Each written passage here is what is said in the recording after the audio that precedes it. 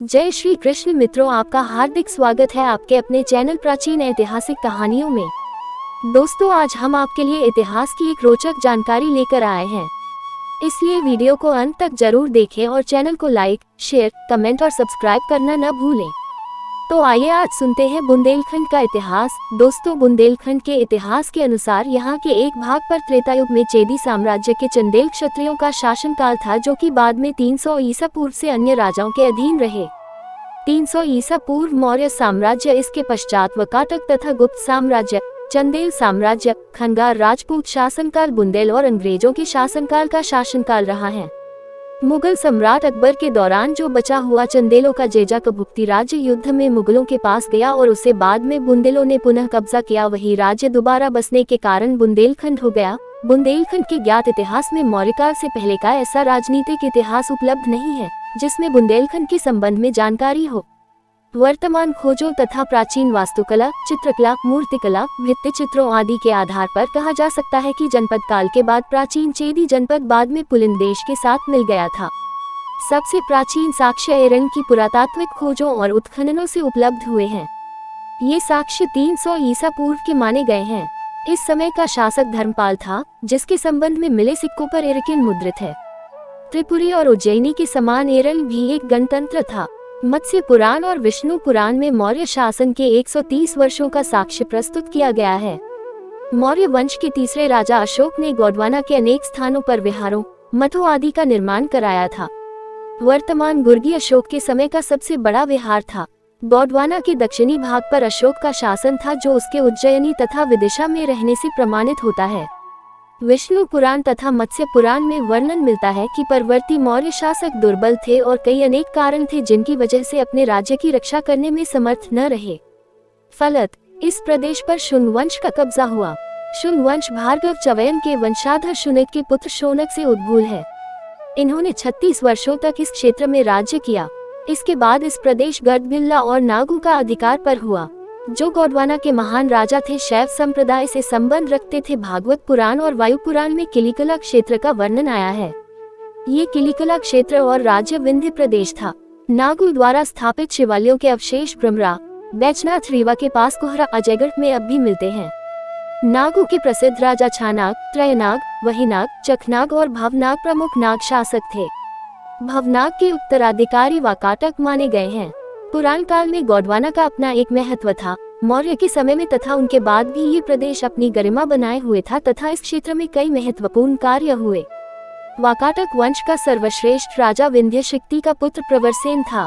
इसने अपने साम्राज्य का विस्तार उत्तर में नर्मदा से आगे तक किया था। पुराणों में आए वर्णन के अनुसार उसने परिक नामक नगरी पर अधिकार किया था, जिसे विदिशा राज के नागराज दयित शिशुक ने अपने अधीन कर रखा था। पुरिका प्रवरसेन के राज्य की राजधानी भी रही है। वाकाटक राज्य की परंपरा 3 रूपों में पाई जाती है। पहली स्वतंत्र वाकाटक साम्राज्य, दूसरा गुप्तकालीन वाकाटक साम्राज्य, तीसरा गुप्तों के उपरांत वाकाटक साम्राज्य। कुती देवी अग्निहोत्री का विचार है कि सन 345 ईस्वी से वाकाटक गुप्तों के प्रभाव में आए और 5वीं शताब्दी के मध्य तक उनके आश्रित रहे हैं। कतिपय विद्वान विंध्य शक्ति के समय से सन 255 ईस्वी तक वाकाटकों का काल मानते हैं। ये झांसी के पास बागात स्थान से उद्भूत है, अतः गोंडवाना से इनका विशेष संबंध रहा है।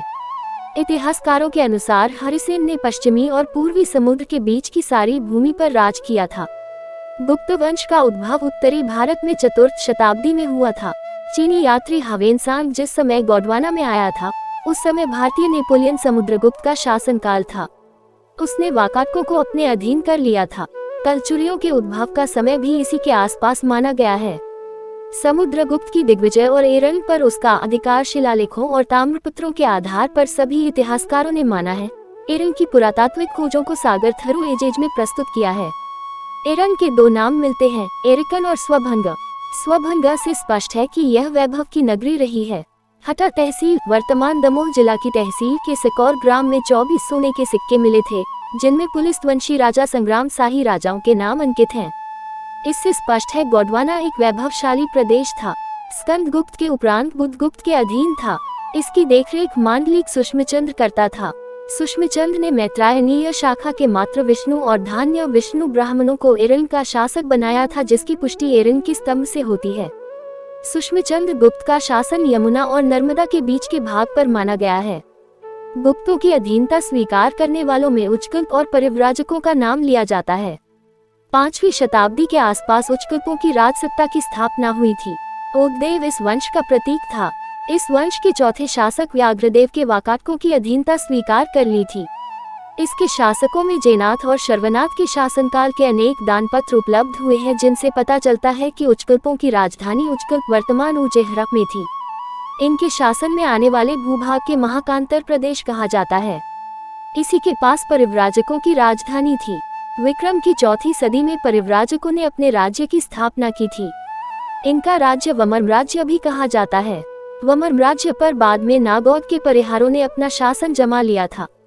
5वीं शताब्दी के अंत तक हूण शासकों का शासन करना स्वीकार किया है। हूणों का प्रमुख तोरमान था, जिसने गुप्तों को पराजित करके पूर्वी मालवा तक अपना साम्राज्य बढ़ाया था। एरन के वाराहमूर्ति शिलालेख में तोरमान के ऐश्वर्य की चर्चा है। इतिहासकारों के अनुसार भानुगुप्त और तोरमान हर्षवर्धन के पूर्व का समय अंधकार में है। चीनी यात्री हवेनसांग के यात्रा विवरण में शासन गौडवंशी राजा के द्वारा चलाया जाना बताया गया है। बाद सूरजपाल, तेजकर्ण, वज्रदामा, कीर्तिराज आदि शासक हुए, पर इन्होंने कोई उल्लेखनीय योगदान नहीं दिया। आज का बुंदेलखंड चंदेल साम्राज्य का केंद्र था। चंदेल वंश मूल वशम है। यह वंश है जो चंद्रवंशी क्षत्रियों की प्रमुख शाखा है।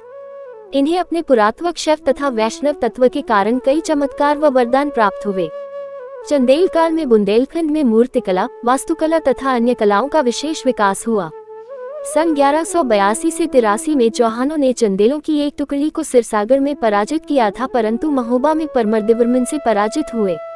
1202 में परमर्दिवर्मन की वीर पूर्वक लड़ते हुए तुर्की के विरुद्ध युद्ध के समय मृत्यु हो गई तथा चंदेल साम्राज्य के सामंत स्वतंत्र हो गए। हालांकि परमर्दिवर्मन के 11 वर्षीय पुत्र त्रैलोक्यवर्मन ने 1206 की काकददहा में तुर्की तथा अन्य युद्ध में बंगाल, त्रिकलिंग, दहला, कन्नौज इत्यादि पुनः जीत लिए थे। खिलजी वंश का शासन संवत 1377 तक माना गया है। अलाउद्दीन खिलजी ने हमीरवर्मन के ऊपर आक्रमण किया था, परंतु बेतवा यमुना के संगम पर पराजित हुआ। अलाउद्दीन खिलजी को उसके मंत्री मलिक काफूर ने मारा। मुबारक के बनने पर खुसरो ने उसे समाप्त किया, लेकिन विंध्य प्रदेश चंदेल शासकों के हाथ में ही रहे। इसी समय नरसिंह राय ने ग्वालियर पर अपना अधिकार किया। बाद में ये तोमरों के अधीन हो गया। मानसी तोमर ग्वालियर के प्रसिद्ध राजा माने गए हैं। बुंदेलखंड के अधिकांश राजाओं ने अपनी स्वतंत्र सत्ता बनानी प्रारंभ कर दी थी, फिर वे किसी न किसी रूप में दिल्ली के तख्त से जुड़े रहते थे। बाबर के बाद हुमायूं, अकबर, जहांगीर और शाहजहां के शासन स्मरणीय है। चंदेलों ने अंत तक इस्लाम शाह और सूर्यों से युद्ध किया और वीरगति को प्राप्त हो गए। बुंदेलखंड की सीमाएं छत्रसाल के समय तक अत्यंत व्यापक थी। इस प्रदेश में उत्तर प्रदेश के झांसी, हमीरपुर, जालौन, बांदा, मध्य प्रदेश के सागर, जबलपुर, नरसिंहपुर, होशंगाबाद, मंडला तथा मालवा संघ के शिवपुरी, कटेरा, पिछोर, कोलारस, भिंड, लहार और मांडेर के जिले और पदने शामिल थे। इस पूरे भूभाग का क्षेत्रफल लगभग 3000 वर्ग मील था। अंग्रेजी राज्य में आने से पूर्व बुंदेलखंड में अनेक जागीरें और छोटे छोटे राज्य थे। बुंदेलखंड कमिश्नरी का निर्माण सन 1820 में हुआ।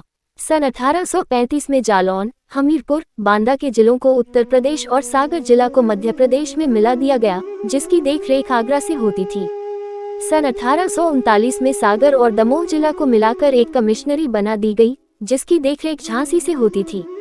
कुछ दिनों बाद कमिश्नरी का कार्यालय झांसी से नौगांव आ गया। सन 1842 में सागर, दमोह जिलों में अंग्रेजों के खिलाफ बहुत बड़ा आंदोलन हुआ, परंतु फूट डालने की नीति के द्वारा शांति स्थापित कर दी गई। इसके बाद बुंदेलखंड का इतिहास अंग्रेजी साम्राज्य की नीतियों की ही अभिव्यक्ति करता है। अनेक शहीदों ने समय समय पर स्वतंत्रता के आंदोलन छेड़े, परंतु महात्मा गांधी जैसे प्रमुख नेताओं के आने तक कुछ ठोस उपलब्धि प्राप्त नहीं हो पाई। दोस्तों, ऐसी ही रोचक जानकारियों के लिए अपने इस चैनल को अभी लाल बटन दबाकर सब्सक्राइब कर ले और इस वीडियो को अपना बहुत ही कीमती समय देने और अंत तक मेरे साथ जुड़े रहने के लिए आपका हृदय की गहराइयों से बहुत बहुत धन्यवाद। मिलते हैं बहुत जल्द अगली वीडियो में। तब तक के लिए मुझे आज्ञा दे। नमस्कार। जय माता दी।